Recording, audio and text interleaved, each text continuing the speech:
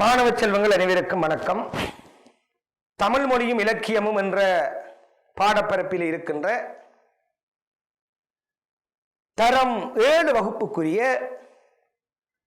அலகு 9ஆக அமைந்திருக்கின்ற சிலேடை என்று சொல்லப்படுகின்ற ஒரு பாடத்தினை நாங்கள் இப்பொழுது கற்க இருக்கின்றோம். சிலேடை என்பது ஒரு அணியாக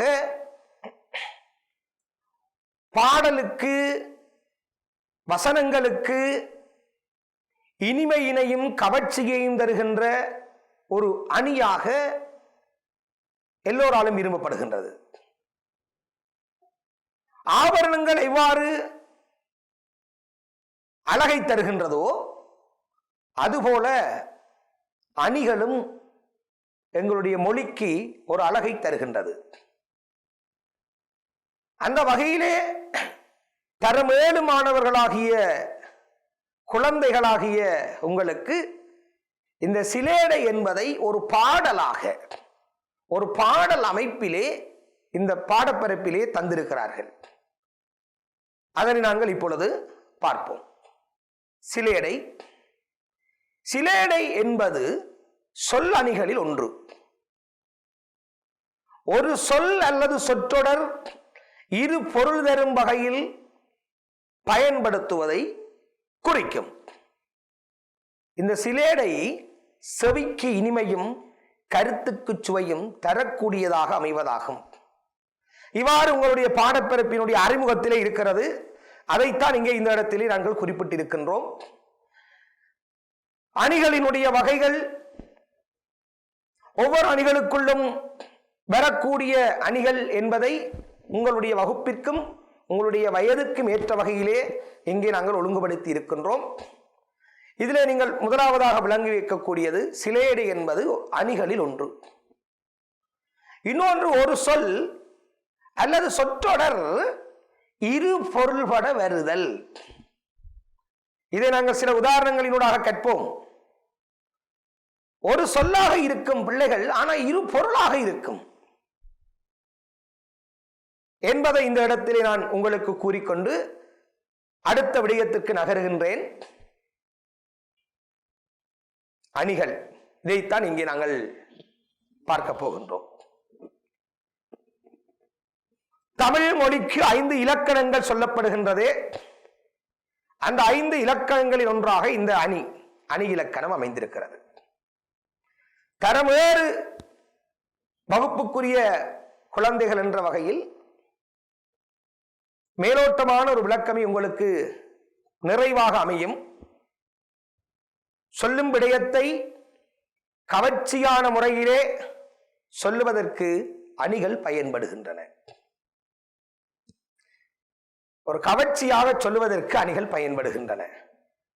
செய்யுள் இலக்கியம், வசன இலக்கியம். பிள்ளைகள், செய்யுள் இலக்கியம் என்பது பாடல்களை குறிக்கும். செய்யுள் இலக்கியம், வசன இலக்கியம் மற்றும் சாதாரண உரையாடல்களிலும், நாங்கள் சாதாரணமான உரையாடல்களிலும் இந்த அணிகளை நாங்கள் பயன்படுத்துகின்றோம். அந்த அணிகளின் வகையிலே 2 வகையான அணிகள் முதன்மைப்படுத்தப்படுகின்றன. ஒன்று பொருள் அணி, இன்னொன்று சொல்லணி. 2 வகையான அணிகள். தரம் 7 இவற்றை நீங்கள் சாதாரணமாக அறிந்து வைத்தால் அடுத்த வகுப்புகளுக்கு நீங்கள் செல்லுகின்ற பொழுது அதனுடைய முக்கியத்துவத்தை நீங்கள் உணர்ந்து கொள்ளுவீர்கள். அணிகள் 2 வகையாக சொல்லப்படுகிறது மாணவர்களே. ஒன்று பொருள் அணி, இன்னொன்று சொல்லணி. இப்பொழுது அணிகள் என்ன செய்கின்றன? சொல்லும் விடயத்தை கவர்ச்சியான முறையிலே சொல்லுவதற்கு அணிகள் பயன்படுகின்றன. நாங்கள் கற்க இருக்கின்றோம். இவை செய்யுள் இலக்கியங்களிலும் வருகிறது, வசன இலக்கியங்களிலும் வருகிறது, சாதாரண உரையாடல்களிலும் வருகிறது என்பதை இங்கே குறிப்பிட்டேன். அவை 2 வகையாக நோக்கப்படுகிறது குழந்தைகள். ஒன்று பொருள் அணி, இன்னொன்று சொல்லணி. அடுத்த விடயத்திற்கு வருவோம். இந்த பொருள் அணி என்பதும் சொல்லணி என்பதற்குமான ஒரு சிறிய விளக்கத்தை இங்கே நாங்கள் தந்திருக்கிறோம். ஒரு சிறிய விளக்கத்தை தந்திருக்கிறோம். பொருளணி இலக்கியங்களின் பொருளை, அதாவது கருத்தை கூறுகின்ற முறைமையின் மூலம் அழகுபடுத்தி வருகின்ற அணிகள். அதாவது இலக்கியங்களில் ஒரு கருத்தை சொல்லுகின்ற பொழுது அந்த கருத்தை அழகுபடுத்த வருகின்ற அணிகள், அதை நாங்கள் பொருளணிகள் என்று சொல்லுவோம்.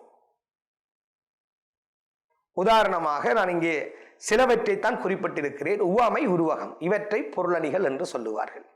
இன்னும் பல உண்டு. நீங்கள் தரம் 7 மாணவர் என்ற வகையிலே உங்களுக்கு ஏற்ற வகையில் இது ஒழுங்குபடுத்தப்பட்டது. இந்த உவமை, உருவகம் என்பன பொருளணிகளாக கொள்ளப்படும்.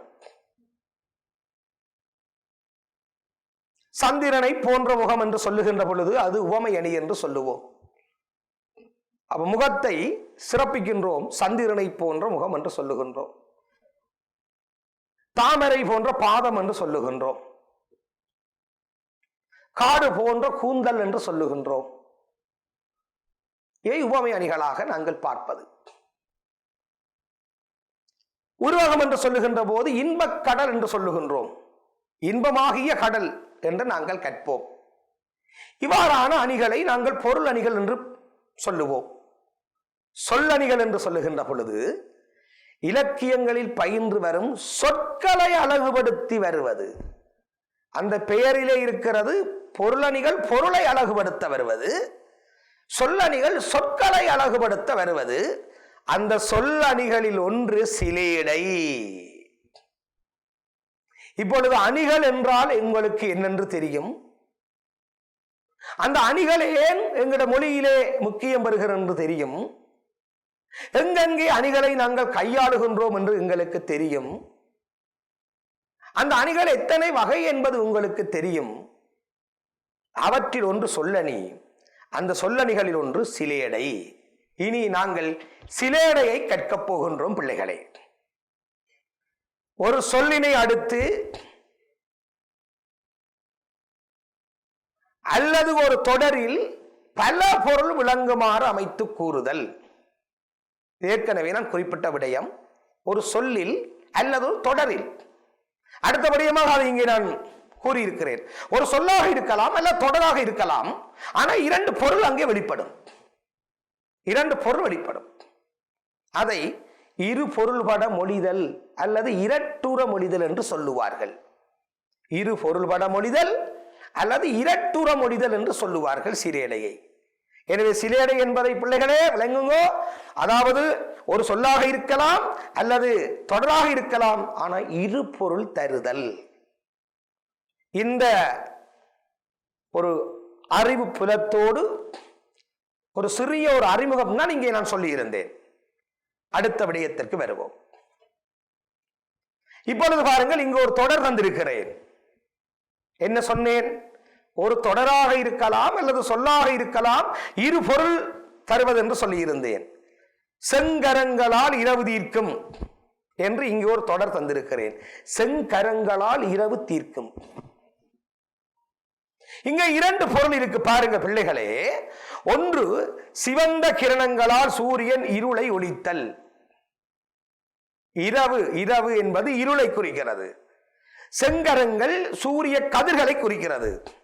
அந்த சூரிய கதிர்கள் என்ன செய்கிறது? அதிகாலையிலே அந்த இருளை அகற்றுகிறது. அந்த அடிப்படையிலே செங்கரங்களால் இரவு தீர்க்கும், சிவந்த கிரணங்களினாலே தன்னுடைய கதிர்களினாலே சூரியன் இருளை அகற்றுகிறான் என்பது முதலாவது பொருள். இது முதலாவது பொருள். இங்கே இரண்டாவது பொருள், செங்கரங்களால் இரவு தீர்க்கும் என்றால் சிவந்த கைகளினாலே அரசன் தானம் செய்து வறுமையை நீக்குகிறான். இரவு என்பது வறுமை, ஒரு இடத்திலே இரவு என்பது இருள். செங்கரங்கள் என்பது சிவந்த கிரணங்களை குறிக்கிறது ஒரு இடத்திலே, இன்னொரு இடத்திலே சிவந்த கைகளை குறிக்கிறது. சிவந்த கைகளால் அரசன் கொடை செய்து தானம் செய்து வறுமையை நீக்குகின்றான். குழந்தைகள், இப்பொழுது விளங்கி இருக்கும் உங்களுக்கு. எனவே இந்த தொடர் எங்களுக்கு 2 பொருளை தருகிறது. ஒன்று, சூரியன் இருளை அகற்றுதல் என்ற ஒரு பொருளையும், இரண்டாவது, அரசன் தன்னுடைய சிவந்த கைகளினாலே தானம் கொடை செய்து வறுமையை நீக்குகிறான் என்ற பொருளையும் தருகிறது. இன்னொரு முறையில் இதை பார்ப்போம். அடுத்த விடயமாக புத்தியில் ஆதவன். புத்தியில் ஆதவன். முதலாவது புத்தியில் ஆதவன் என்பது அவன் புத்தியில் அறிவிலே சூரியன், அறிவிச்சுடர் சூரியனை போன்றவன். அவன் சரியான கெட்டிக்காரன். புத்தியில் ஆதவன். ஆதவன் என்பது சூரியன். இரண்டாவது புத்தி இல்லாதவன்,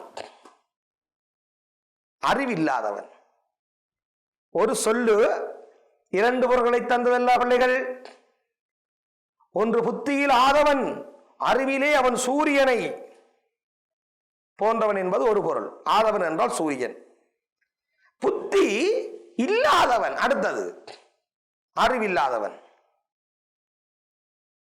இன்னொரு படியும் பாருங்க, கொஞ்சலாம் பெண்ணைத்தா. கொஞ்சலாம் பெண்ணைத்தா. ஒன்று கொஞ்சுவதற்கு பெண்ணைத்தா, பெண் பெண் பெண்ணைத்தா என்ற பொருள். இன்னொன்று கொஞ்சலாம் பெண்ணைதா. கொஞ்சலாம் பெண்ணை நாங்கள் மண்ணெண்ணெயை சொல்லுவோம். விளக்கெரிப்பதற்கு கொஞ்ச லாம்பெண்ணை தா என்று ஒரு பொருள். இன்னொன்று கொஞ்சலாம் பெண்ணைத்தா, பெண் பெண் பெண்ணைத்தா, இரண்டு பொருள் இருக்கிறது. உள்ள மிளகாயா ஒரு பேச்சுரைக்காயா. உள்ள மிளகாயா ஒரு பேச்சுரைக்காயா. உள்ள மிளகாயா உள்ளம் இழக மாட்டாயா. ஒரு பேச்சு உரைக்காயா, ஒரு பேச்சு ஒரு வார்த்தை சொல்ல மாட்டாயா. இதை பற்றி நான் பிற ஒரு இடத்திலே நான் விளங்கப்படுத்துவேன். ஒரு காதலன் அல்லது ஒரு கணவன் தன்னுடைய மனைவியிடம் சென்று கேட்பதாக, உள்ளம் இழகாயா, உள்ளம் இழக மாட்டாயா, அல்ல மிளகாய் சமையலுக்கு உதவுகின்ற மிளகாயா. ஒரு பேச்சுரைக்காயா, ஒரு பேச்சு ஒரு வார்த்தை சொல்ல மாட்டாயா. ஒரு பேச்சுரைக்காயா, ஒரு பெரிய சுரைக்காயா. அப்ப மிளகாய் சுரக்காய், உள்ளம் மிளகாய், ஒரு பேச்சு உரைக்காய். இவ்வாறான விடயங்கள் இங்கே வருகிறது. தலை விதி வசம். தலை விதி வசம் பிரித்தால் தலை விதி வசம். தலை விதி வசம். இன்னொன்று தலைவி திவசம். தலைவி திவசம் ரெண்டு பொருள் வருகிறது. இதுதான் சிலேடை. அடுத்ததாக உங்களுடைய பாடத்திட்டத்திலே அமைந்திருக்கின்ற சிலேடைக்கு நாங்கள் வருவோம் பிள்ளைகள். இப்பொழுது சிலேடை என்றால் என்ன, அந்த சிலேடைகள் எவ்வாறு இரு பொருளை தருகின்றது என்பதை படித்த நாங்கள் இப்பொழுது உங்களுடைய பாடத்திட்டத்தில் இருக்கின்ற சிலேடைக்கு நாங்கள் வருவோம். இப்பொழுது இந்த சிலேடையை பாருங்கள். இன்னும் உங்களுக்கு இந்த சிலேடையை பற்றி கூறுவதற்காக ஒரு உதாரணத்தை உங்களுக்கு சொல்லுகிறேன் பிள்ளைகள், கேளுங்கள். வெங்காயம் சுக்கானால் வெந்தயத்தால் ஆவதென்ன, இங்கு யார் சுமந்திருப்பார் இச்சரக்கை, மங்காத சீரகத்தை தந்தீராமாகில் பெருங்காயம் வேண்டேன் ஏரகத்து செட்டியாரே என்றொரு பாடல் இருக்கிறது. குழந்தைகள், இது ஒரு தடவை செவிமடுத்து கேளுங்கள். வெங்காயம் சுக்கானால் வெந்தயத்தால் ஆவதென்ன, இங்கு யார் சுமந்திருப்பார் இச்சரக்கை, மங்காத சீரகத்தை தந்தீரேல் வேண்டேன் பெருங்காயம் ஏரகத்து செட்டியாரே என்றொரு பாடல். பலருக்கு இந்த பாடல் தெரியும். இதுக்கு இரண்டு பொருள் இருக்கிறது. ஒன்று, ஒரு சிறிய வியாபாரி ஒரு பெரிய முதலாளியிடம் சென்று கேட்கிறான். இந்த சரக்கு பொருட்களை கேட்கின்றான், மருத்துவ பொருட்களை கேட்கின்றான். வெங்காயம் சுக்கானால் வெந்தயத்தால் ஆவதென்ன கேட்கின்ற. வெங்காயம் சுக்கு போல காய்ந்து விட்டால், சுக்கு என்பது வேர்க்கம்பு, உங்களுக்கு தெரியும், காய்ந்த இஞ்சி.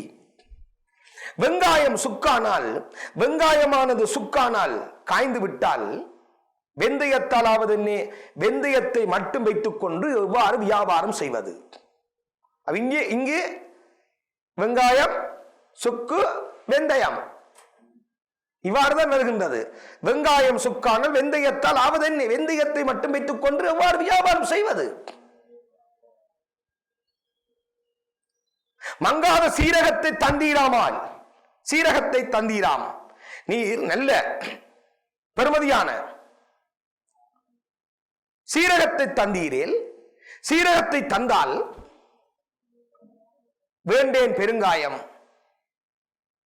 பெருங்காயமும் தேவையில்லை ஏரகத்து செட்டியாரே. அதாவது பெரிய கடையினுடைய செட்டியாரே, வசதியானவர்களை நாங்கள் செட்டியார் என்று சொல்லுவோம். சீரகத்து செட்டியாரே, ஏரகத்து செட்டியாரே, பெரிய கடையினுடைய முதலாளியே. எனவே இதில் வந்திருக்கின்ற பொருட்கள் எல்லாம் சரக்கு பொருட்கள், மருத்துவ பொருட்கள். வெங்காயம் சுக்கானல் வெந்தயத்தலாவது என்ன? இங்கார் சுமந்திருப்பார் இச்சரக்கை, மங்காத சீரகத்தை தந்தீராமாய், நீ சீரகத்தை என்றாலும் தா, எனக்கு பெருங்காயம் வேண்டாம் என்று ஒரு சிறிய வியாபாரி ஒரு பெரிய முதலாளியிடம் கேட்கிறார். ஆனால் இதே பாடல் இன்னொரு கருத்தையும் எங்களுக்கு தருகின்றது.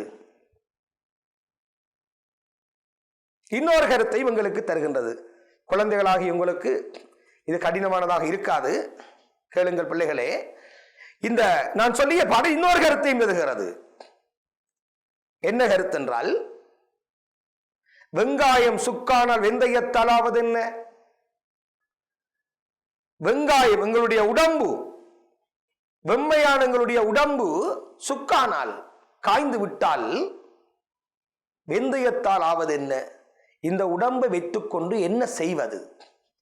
வெங்காயம் என்பது எங்களுடைய வெம்மையான உடம்பு சுக்கானால் காய்ந்து விட்டால் வெந்தயத்தால் ஆவது என்ன? இந்த உடம்பை வைத்துக்கொண்டு என்ன செய்வது? இங்கார் சுமந்திருப்பார் இச்சரக்கை, இந்த உடம்பை வைத்துக்கொண்டு என்ன செய்வது? மங்காத சீரகத்தை தந்தீராமாகில், இறைவனே குறையாத சீரகத்தை உன்னுடைய திருவடிகளை எனக்கு தந்தால் வேண்டேன் பெருங்காயம், இந்த உடம்பை வைத்துக்கொண்டு வாழுகின்ற வாழ்க்கை நான் விரும்ப மாட்டேன். ஏரகத்து செட்டியாரே, ஏரகம் என்பது சுவாமி மலை, சுவாமி மலையில் வீற்றிருக்கின்ற முருகனே.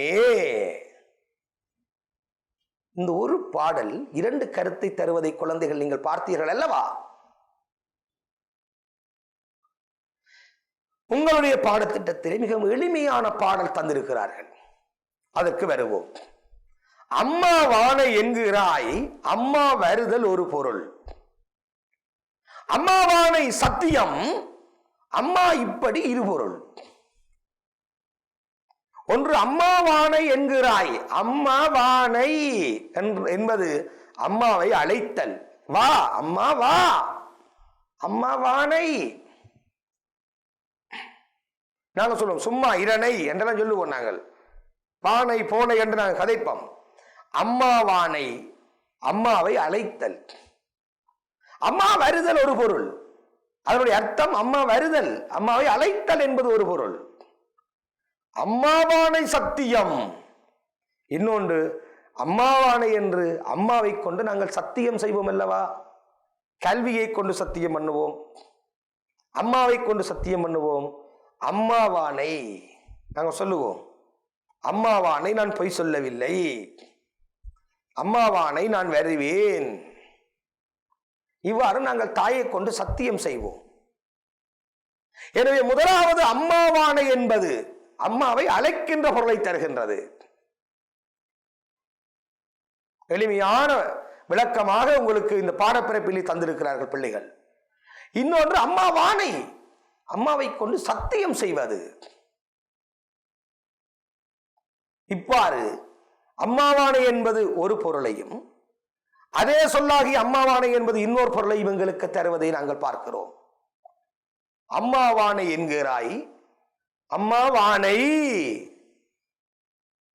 அந்த அம்மா வா, அம்மா வா என்று கூப்பிடுதல். அம்மாவானை, அம்மாவானை நான் குலப்படி செய்ய மாட்டேன், இவ்வாறு சொல்லுவது இன்னொன்று. எனவே முதலாவது அம்மாவானை என்பது இங்கே குறிப்பிட்டிருக்கிறோம், அம்மாவை அழைத்தல்.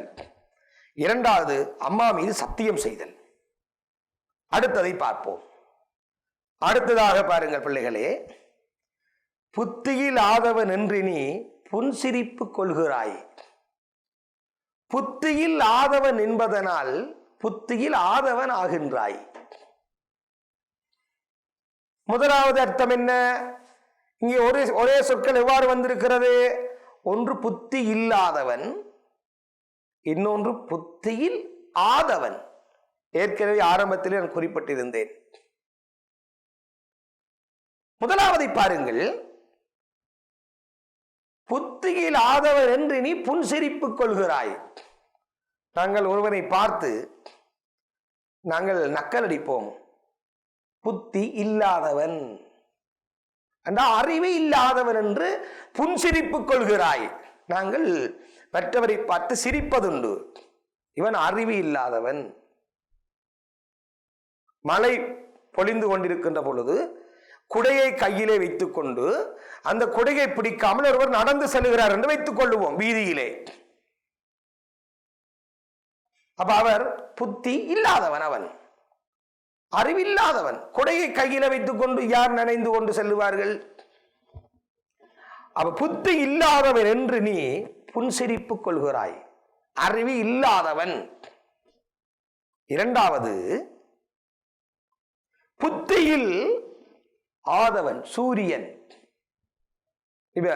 அப்துல் கலாம் அவர்கள் எவ்வளவு அறிவுடையவர், தலை சிறந்த விஞ்ஞானியாக கருதப்பட்டவர்.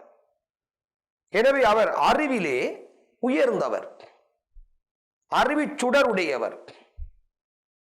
அவ்வாறு ஒருவருடைய அறிவை நாங்கள் சொல்லுகின்ற பொழுது சொல்லுவோம் புத்தியில் ஆதவன், அறிவிலே சூரியனுக்கு ஒப்பானவர். அப்ப முதலாவது சொல்லுகின்ற போது புத்தி இல்லாதவன் என்று சொல்ல வேண்டும், ஈனாவை வைத்து தொடங்க வேண்டும். இரண்டாவது புத்தியில் ஆதவன் என்று ஆவண்ணாவில் தொடங்க வேண்டும். இவ்வாறு சொல்லுகின்ற பொழுது அங்கே இரண்டு பொருள்கள் வருவதை நாங்கள் பார்க்கின்றோம் பிள்ளைகளே. ஒன்று புத்தியில் சூரியன், இன்னொன்று புத்தி அறிவு இல்லாதவன். எனவே முதலாவது புத்தி இல்லாதவர் என்று புன்சிரிப்பு கொள்ளுகிறாய் என்கிற பொழுது அங்கு அறிவில்லாதவர்களை குறிக்கின்றது. நான் சொன்னேனே, மழை பொழிகின்ற பொழுது குடையை விரிக்காமல் வைத்துக் கொண்டு செல்லுகின்றவர்கள் அறிவு இல்லாதவன் அவன். இன்னொன்று அறிவில் சூரியன், அறிவில் உயர்ந்தவன், சூரியனுக்கு ஒப்பானவன். எனவே முதல் அம்மாவானை என்பதை படித்தோம். இப்போ புத்தி இல்லாதவன். இவை இரண்டு சொற்கள் உங்களுக்கு தெரியும் பாடப்பரப்பிலே. ஒன்று அம்மாவானை, இன்னொன்று புத்தி இல்லாதவன். மூன்றாவதை பார்ப்போம். இது ஒரு அருமையான விடயம். பழங்கள் என்று சொன்னதும் பாலர் உள்ளம் சிரிக்கிறார். பழங்கள் என்று சொன்னதும் பாலர் உள்ளம் சிரிக்கிறார். பழங்கள், மாம்பழம், பலாப்பழம், கொய்யாப்பழம், என்ன குழந்தைகள் என்று சொன்னதுமே பாலர் உள்ளம் சிரிக்கிறார்கள். மகிழ்ச்சி, அதை உண்ணுவதிலே மகிழ்ச்சி, சுவை, அவற்றின் சுவை. அங்கே பழங்கள், கனிகளை குறிக்கிறது. பழங்கள், பழங்கள் என்று சொன்னதும் பாலர் உள்ளம் சிரிக்கிறார். வாழைப்பழம். எனவே பழங்கள் என்று சொன்னதும் அங்கே கனிகளை இங்கே குறிக்கிறது. பழங்கள் பருகி நிற்பவர் பாவம் முகத்தை சுளிக்கிறார். பழங்கள் பருகி நிற்பவர். இன்னொன்று தெரியும் தானே, பழங்கள் பழைய கல். பானம் குடிப்பது, அது குடித்தால் என்ன செய்யும்? கல், அது போதை ஏற்றும். முதியவர்கள் அருந்துவார்கள். எங்களுடைய கிராமங்களிலே நாங்கள் பார்த்திருக்கின்றோம். தென்னை மரத்திலே இருந்து எடுக்கின்றகள், பனை மரத்திலே இருந்து எடுக்கின்றகள். இந்த ஒரு வகையிலே மதுபானம், பழங்கள், புளித்தகள். அந்த கல்லை பருகின்றவர்களுக்கு போதை உண்டாகும். எனவே சொல்லுகின்ற பொழுது நாங்கள் தெளிவாக சொல்ல வேண்டும். உதாரணமாக பழங்கள் தாருங்கள் என்றால் அவர்கள் சில நேரம் கல்லை தந்து விடுவார்கள். எனவே உச்சரிப்புகள் சரியாக இருக்க வேண்டும். பழங்கள் என்றால் கனிகள், பழங்கள் தாருங்கள் என்றால் அது வேறு விதமாக அமைந்துவிடும். இதற்கு இடையிலே உங்களுக்கு ஒரு உதாரணத்தை சொல்லுகிறேன், கேளுங்கள் பிள்ளைகளே. வீட்டிற்கு ஒரு விருந்தாளி வருகிறார் என்று வைத்துக் கொள்ளுவோம். அந்த வீட்டிலே கணவனுக்கு மனைவிக்கும் இடையிலே சிறிய பிரச்சினை. அவர்கள் கதைக்காமல் இருக்கிறார்கள். விருந்தினர் வந்து வீட்டினுடைய அந்த மண்டபத்தில் அமர்ந்திருக்கிறார். சரியான பசியோடு வந்தவர். அதிகாலையிலும் காலையிலும் சாப்பிடவில்லை, மதியம் சாப்பிட வேண்டும் என்று அவர் வந்திருக்கிறார். ஆனால் கணவனும் மனைவியும் மனஸ்தாபம் இருவருக்கிடையிலே கதைக்காமல் இருக்கிறார்கள். கணவனும் மனைவி இருவரும். ஒரு விருந்தினர் வந்தால் கணவனும் மனைவியும் சேர்ந்து அன்போடுதான் உபசரிக்க வேண்டும். ஆனால் மனைவி சமையல் அறைக்குள்ளே இருக்கின்றார், வெளியே வரவில்லை. கணவன் என்ன செய்வது? பெரிய தலையடியாக இருக்கிறது. ஏன் வீணாக மனைவியோடு கோபித்துக் கொண்டோம்? ஐயோ, விருந்தினர் வந்திருக்கின்றாரே, அவரோடு கூட உரையாடாமல் இருக்கின்றாளே என்று எண்ணி சமையல் அறைக்குள் சென்று அந்த மனைவியோடு உரையாடுகின்றார். எவ்வாறு உரையாடினார் தெரியுமா? வெள்ளரிக்காயா, விரும்பும் அவரைக்காயா, உள்ள மிளகாயா, ஒரு வேச்சுரைக்காயா. இது ஒரு கதையாக நான் சொல்லுகின்றேன். இது வேறு விதமாகவும் சொல்லுவார்கள். சமையலறைக்குள்ளே என்ன நடக்கிறது? உள்ள மிளகாயா, ஒரு வேச்சுரைக்காயா, வெள்ளரிக்காயா, விரும்பும் அவரைக்காயா, வெள்ளரிக்காயா, விரும்பும் அவரைக்காயா, உள்ள மிளகாயா, ஒரு வேச்சுரைக்காயா. வீட்டினுடைய மண்டபத்திலே இருந்த விருந்தாளிக்கு உச்சக்கட்ட சந்தோஷம். ஏன்? என்ன சந்தோஷம்? சமையல் நடக்கிறது என்று நினைக்கின்றார். வெள்ளரிக்காய், அவரைக்காய், மிளகாய், சுரக்காய். அப்ப சமையல் தடல் புடலாக நடக்கிறது. தன்னுடைய பசியார உண்டு ஒரு பொதியையும் கட்டிக்கொண்டு செல்லலாம் என்பது போல அவருக்கு மகிழ்ச்சி. ஏனென்றால் வெள்ளரிக்காய், அவரைக்காய், மிளகாய், சுரைக்காய் என்றெல்லாம் வருகிறதே. ஆனால் சமையலறைக்குள் நடந்தது என்ன தெரியுமா பிள்ளைகளே? சமையலறைக்குள் என்ன நடந்தது தெரியுமா? வெள்ளரிக்காயா, விரும்பும் அவரைக்காயா, உள்ள மிளகாயா, ஒரு பேச்சுரைக்காயா. வெள்ளரிக்காயா, அரி என்பது இங்கே திருமாலை குறிக்கின்றது. அவர் பிறந்த அந்த விதத்தை குறிக்கின்றது. வெள்ளரிக்காயா, பெண்ணே நீ தூணை போல அல்லவா நிற்கிற, தூணை போல இருக்கின்றாய், தூணை போல இருக்கின்றாய். வெள்ளரிக்காய். விரும்பும் அவரைக்காயா, உன்னை விரும்புகின்ற என்னோடு நீ கோபிக்காமல் கதைக்க மாட்டாயா? ஏன் கோபம் கொள்ளுகின்றாய்? உள்ள மிளகாயா, உள்ள மனம் இறங்க மாட்டாயா? ஒரு பேச்சுரைக்காயா, ஒரு வார்த்தை ஏதும் பேச மாட்டாயா என்று மனைவியை அவர் இறந்து வேண்டுகிறார். இங்கே பிள்ளைகள், உங்களுக்கு நான் சொல்ல வருகின்ற விடயம், மண்டபத்திலே இருந்த அந்த விருந்தாளிக்கு வேறு பொருள், சமையல் அறைக்குள் வேறு பொருள். இரு பொருள் பட மொழிதல் சிலேடை. நன்றாக விளங்கி இருக்கும் என்று கருதி கொண்டு இங்கே பழங்கள் என்று சொன்னதும் பாலர் உள்ளம் சிரிக்கிறார். பழங்கள் பருகி நிற்பவர் பாவமுகத்தை சொலிக்கிறார்.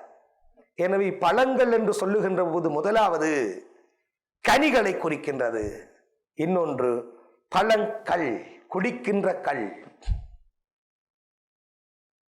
குடித்துவிட்டு சிலர் மனைவியோடு சண்டை செய்வார்கள். என்ன கறி, என்ன சோறு என்று.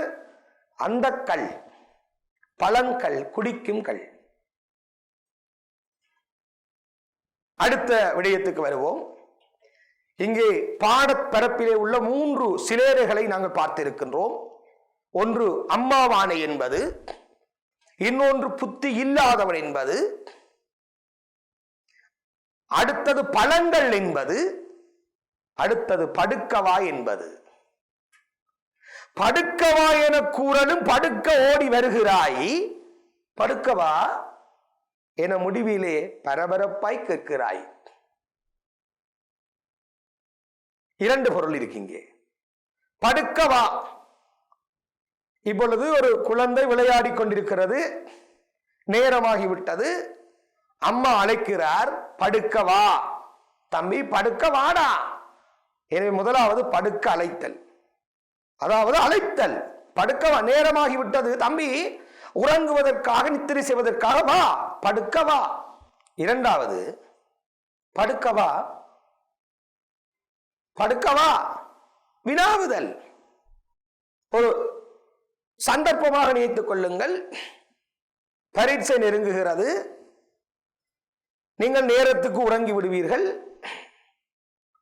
அம்மா உங்களுக்கு கூறுகின்றால் 9 மணி மட்டும் படிக்க வேண்டும் என்று அம்மா கட்டளையிடுகிறார். 9 மணி ஆகிவிட்டது. நீங்கள் அம்மாவிடம் கேட்கிறீர்கள், அம்மா நான் படுக்கவா, இனி உறங்கலாமா? எனவே அது வேறு பொருள். எனவே அம்மா படுக்கவா என்று அழைத்தல் ஒரு பொருள். நீங்கள் அம்மாவிடம் அம்மா நேரமாகிவிட்டது நான் படுக்கவா என்று கேட்டல் இன்னொரு பொருள். எனவே படுக்கவா என கூறலும் படுக்க ஓடி வருகிறாய், படுக்கவா என முடிவிலே பரபரப்பாய் கேட்கிறாய். எனவே இப்பொழுது 4 சிலேடைகளை நாங்கள் கற்றிருக்கிறோம் மாணவர்களே. ஒன்று அம்மாவாணி என்பது, இன்னொன்று புத்தி இல்லாதவன் என்பது, 3 பழங்கள் என்பது, 4 படுக்கவா என்பது. 5வது விடயத்தையும் பார்ப்போம். தாவரம் என்று நீ சாமியை தலைவணங்கி கேட்கிறாய். தாவரம் இந்த உலகினை தலைக்க வைக்க தலைக்குது. 5 விடயங்கள் இங்கே சிலேடைகளாக கூறப்பட்டிருக்கின்றன. கோயிலுக்கு சென்று, தேவாலயத்துக்கு சென்று, பள்ளிக்கு சென்று நாங்கள் கேட்கிறோம், தாவரம் என்று சாமியை, கடவுளை தலைவணங்கி கேட்கிறாய். தலைவணங்கி கேட்கிறோம். கோயிலுக்கு சென்று இறைவனை மன்றாடி தாவரம், வரத்தை தா என்று கேட்க. இது ஒன்று. முதலாவது தாவரம். தாவரம் இந்த உலகினை தலைக்க வைத்து தலைக்குது. அது ஒரு சொல்லு. தாவரம் மரங்கள், செடிகள், கொடிகள். எனவே தா வரம் என்று சொல்லுகிற போது வரத்தை இறைவனிடம் கேட்டல் என்ற பொருளை தருகிறது. இலகுவாக விளங்கும் பிள்ளைகள் இந்த பாடம் ஒரு இலகுவான பாடம். இன்னொன்று தாவரம் என்பது மரத்தை குறிக்கிறது. அதே எழுத்துக்கள் தான், ஆனால் வேறு வேறு பொருளை அது தருகிறது. இவை தமிழுக்கு ஒரு சுவையை எங்களுக்கு தருகிறது, ஒரு கவர்ச்சியை எங்களுக்கு தருகிறது. எனவே முதலாவது தாவரம் என்பது அருளை கேட்டல். பாருங்கள் பிள்ளைகள், குறித்திருக்கிறோம். ஒன்று அருளை கேட்டல். இரண்டாவது தாவரம் என்பது செடிகள், கொடிகள். அன்புக்குரிய மாணவர்களே, இந்த இடத்திலே உங்களுடைய சுவைக்காக இனிமையான ஒரு சிலேடையை இன்னும் பருக வேண்டும் என்பதற்காக இன்னொரு சிலேடையை உங்களுக்கு கூறுகிறேன், கேளுங்கள். உங்களுடைய பாடப்பரப்பில் இல்லாவிட்டாலும் ஒரு தமிழின் சுவையை நீங்கள் நிறைவாக பருக வேண்டும் என்பதற்காக இன்னொரு சிலேடையையும் சொல்லுகிறேன், கேளுங்கள். சிலேடை பாடுவதிலே தமிழில் தலை சிறந்த புலவராக கருதப்படுகின்ற ஒருவர் காளமிக புலவர். அவர் ஒரு தடவை ஒரு அரசனுடைய சபைக்கு சென்றார். அங்கு வேறு பல புலவர்களும் இருந்தார்கள். ஏராளமான வேறு பல புலவர்களும் அந்த அரசவைக்குரிய புலவர்கள் இருந்தார்கள். எனவே காளமிக புலவர் சிலேடை பாடுவதில் சிறந்தவர் என்பதனால் மற்றவர்களுக்கு ஒரு மனஸ்தாபம். காளமிக புலவர்கள் ஒரு கொஞ்சம் கோபம். என்ன, இவர் பெரிய சிலேடையில் வெல்லவராமே என்று தங்களுக்குள்ளே நினைத்துக் கொண்டார்கள். அந்த காளமிக புலவரை பரிசோதிப்பதற்காக அங்குள்ள ஏனைய புலவர்கள் சொன்னார்கள், நீர் சிலேடை கவிஞர், எங்களுக்கு ஒரு சிலேடை பாடி காட்டும். நாம் 2 பொருள்களை உங்களுக்கு சொல்லுகிறோம், அந்த 2 பொருளுக்கும் சிலேடை பாடை காட்ட வேண்டும். என்ன அந்த 2 பொருள்? ஒன்று தேங்காய், இன்னொன்று நாய். நாய்க்கும் தேங்காய்க்கும் சிலையடை பாட வேண்டும். எப்படி இருக்கிறது விடயம்? காலமுக புலவர் யோசித்தார், உடனே பாடினார்.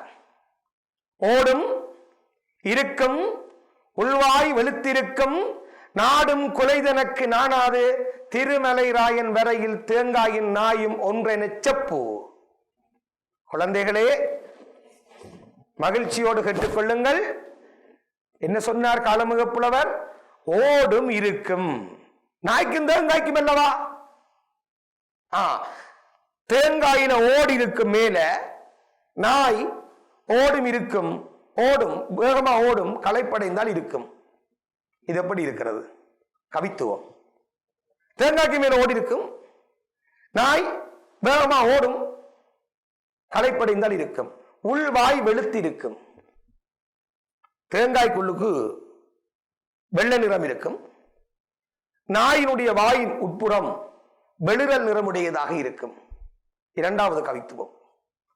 நாடும், எல்லாராலும் தேங்காய் விரும்பப்படும்.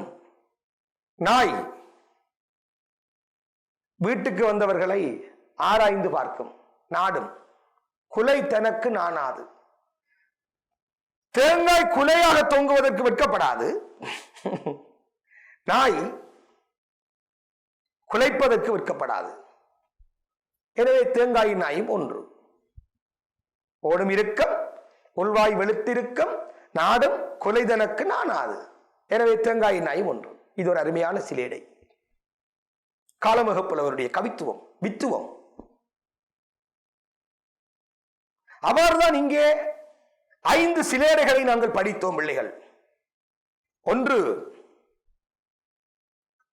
அம்மாவானை என்பது ஒன்று, அம்மாவானை என்று அம்மாவை அழைப்பது ஒன்று.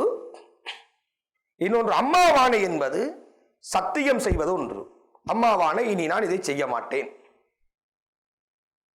இரண்டாவது புத்தி இல்லாதவன், இன்னொன்று புத்தியில் ஆதவன். 3 பழங்கள் என்பது, பழங்கள் என்பது ஒன்று கனிகள், இன்னொன்று பழங்கள், குடிக்கின்ற கல்லை குறிக்கிறது. அடுத்தது பார்த்தோம் தாவரம். வரம், தா என்பது ஒன்று, இன்னொன்று இங்கே மண்ணிலே வளர்ந்திருக்கின்ற தாவரங்கள். எங்களுடைய செடிகள், கொடிகள், மரங்கள் முதலானவற்றை இங்கே குறிக்கிறது. இறுதியாக அடுத்த விடயத்தை நாங்கள் பார்க்க போகிறோம் பிள்ளைகள். இந்த சொற்களை வைத்துக் கொண்டு வாக்கியங்களை நாங்கள் அமைத்தல். சொற்களை வைத்துக் கொண்டு வாக்கியங்களை அமைத்தல். உங்களுக்கு 5 சிலேடைகள் இங்கு இருக்கிறது. ஒன்று அம்மாவானை, இன்னொன்று படுக்கவா, புத்தி இல்லாதவன், தாவரம், பழங்கள் என்ற 5 சிலேடை சொற்கள் இங்கே இருக்கிறது. இதை வைத்துக் கொண்டு நீங்கள் வாக்கியங்களை அமைக்கலாம். முதலாவதாக அம்மாவானை என்பதை நாங்கள் பார்த்தோம் என்றால் சத்தியம் செய்வதாக நாங்கள் சொல்லலாம். சாந்தன் அம்மாவானை இனி நான் குற்றம் செய்ய மாட்டேன் என்று சத்தியம் செய்தான். அது அங்கே வேறு பொருளை தருகிறது. அம்மாவானை என்று கமலா தன் தாயை அழைத்தாள். இவ்வாறு வாக்கியங்களை உருவாக்குவது. புத்தியில்லாதவன், உதாரணமாக மழை பொழிகின்ற பொழுது குமார் கொடையை கையில் வைத்துக் கொண்டு அதை விரிக்காமல் புத்தி இல்லாதவனாக நடந்து சென்றான். நீண்ட வாக்கியமாக சொல்லியிருக்கிறேன், சிறிய வாக்கியமாக எடுக்கலாம். புத்தியில்லாதவன் அப்துல் கலாம் இந்த உலகத்தில் புத்தியில் ஆதவனாக விளங்கினார். அது ஒரு வாக்கியமாக அமைத்தல். படுக்கவா, அம்மா தன்னுடைய குழந்தையை பார்த்து படுக்கவா என்று அன்போடு அழைத்தாள். குமார் தன்னுடைய தாயை பார்த்து படுக்கவா என்று கேட்டான். நேரமாகிவிட்டது, நான் உறங்கலாமா என்ற மீனிங்கிலே அங்கே நாங்கள் பார்க்கின்றோம். பழங்கள் சுவையானது, இது கனிகளை குறிக்கிறது. குடிப்பதற்கு பழங்கள் தா. இது அடுத்த வாக்கியம். குடிப்பதற்கு பழங்கள் தான், குடிப்பதற்கு பழங்களை கேட்க முடியாது. தாவரம். கமலா ஆலயத்துக்கு சென்று இறைவனை பார்த்து தாவரம் என்று கேட்டாள் இறைவனிடம். பூமியிலே தாவரங்கள் குளிர்ச்சியை தருகின்றன, அது மரம் செடி கொடிகள். இவ்வாறு இந்த சொற்களை வைத்துக்கொண்டு நாங்கள் வாக்கியங்களை அமைக்கலாம். உண்மையிலே இந்த சிலேடைகள் எங்களுக்கு இனிமையை தருவது தான். இன்னும் பல சிலேடைகளை நாங்கள் தமிழிலே குறிப்பிடலாம். ஆனாலும் உங்களுடைய பாட புத்தகத்திற்கு அமைவாக இந்த பகுதிகளை நாங்கள் இங்கே குறிப்பிட்டிருக்கின்றோம். இது எல்லை மீறி செல்ல முடியாது. ஒரு சிறிய அழகாக இது இருப்பதனால் 5 சிலேடைகளை நாங்கள் கட்டிருக்கின்றோம். அம்மாவானை என்பது, படுக்கவாய் என்பது, புத்தியில் ஆதவன் என்பது, தாவரம் என்பது, பழங்கள் என்பது. இதைவிட மேலதிகமாகவும் உங்களுக்கு நான் சில சிலேடைகளை எடுத்து சொல்லி இருக்கின்றேன். எனவே இது உங்களுக்கு நிறைவாக உங்களுக்கு விளங்கி இருக்கும் என்று இந்த இடத்திலே கூறிக்கொண்டு, அந்த வகையிலே அன்புக்குரிய மாணவர்களே, இந்த சிலேடை என்று சொல்லப்படுவது சொல்லணிகளில் ஒன்றாக நாங்கள் பார்த்திருக்கின்றோம். அணிகள் 2 வகையாக நாங்கள் சொல்லியிருக்கின்றோம். ஒன்று பொருளணி, இன்னொன்று சொல்லணி. அந்த சொல்லணிகளுக்குள்ளே அடங்குவதுதான் இந்த சிலேடை.